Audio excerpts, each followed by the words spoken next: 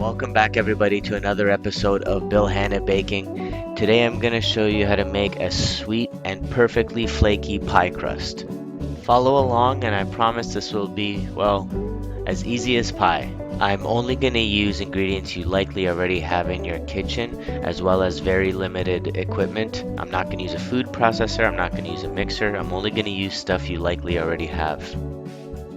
Grab yourself 2 mixing bowls that are similarly sized, a cheese grater, a whisk, and a spatula or wooden spoon. Oh, and I forgot to record it, but obviously a rolling pin and a pie dish to put your pie into. I'll use ice water in the bottom mixing bowl to keep the top mixing bowl cold, as you want to keep the dough as cold as possible while you work it. I use the biggest holes in the cheese grater to grate the butter so that it's in small chunks for the dough. For ingredients, you'll need 2.5 cups of all-purpose flour, 3 tablespoons of sugar, 1 teaspoon of salt, 1¼ cups of frozen unsalted butter cut into small chunks or pieces, 1/4 cup of cold water, and 1/4 cup of cold vodka. Now you can use vodka instead of water because it limits the gluten development while you're working your dough. That'll help make the crust flaky. If you don't have any vodka on hand, you can replace it with water. Mix your dry ingredients together. That's your flour, your salt, and your sugar. Make sure they're well incorporated. Then get your butter in there. You can mix this a little bit as well, but you don't need to work this part too hard yet. If your butter is as cold as it should be, you'll find that the dough isn't really coming together that well. Now get your liquid in the mixture. The dough will not be coming together that well. That's actually good. You want the separated pieces of butter and flour in the mixture because that's what's going to create the flake in your final product.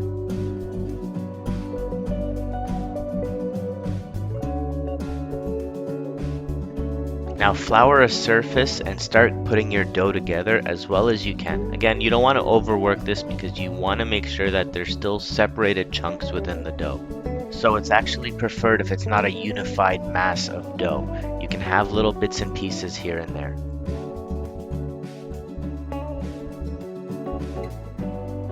Separate your dough into 2 equal chunks.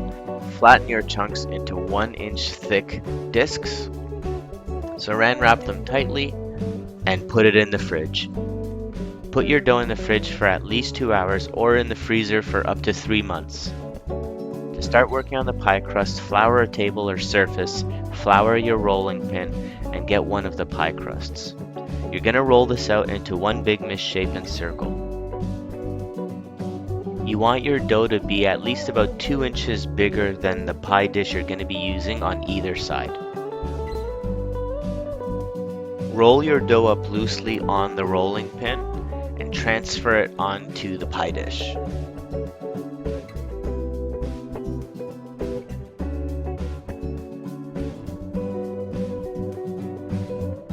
Now work the dough edges to get them flat against the sides, get the dough flat on the bottom, and you should have a good bit of overhang on the edges.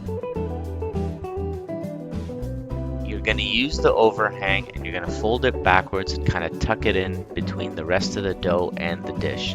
You still want some dough to come up above the dish, probably about a 1/2 inch to 1 inch. But you're going to want that height to be consistent around the dish.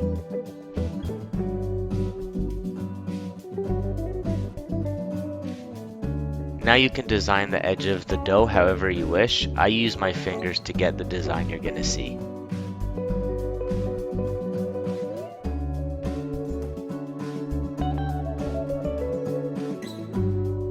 We're almost there. We're going to do what's called blind baking the dough.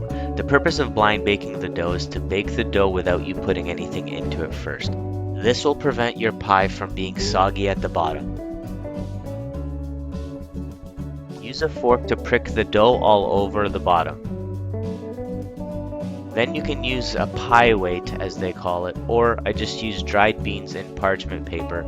The purpose of this is just to keep the pie dough from rising too much while it's baking. push whatever you're using as a weight right to the edges and make sure it's evenly spread out.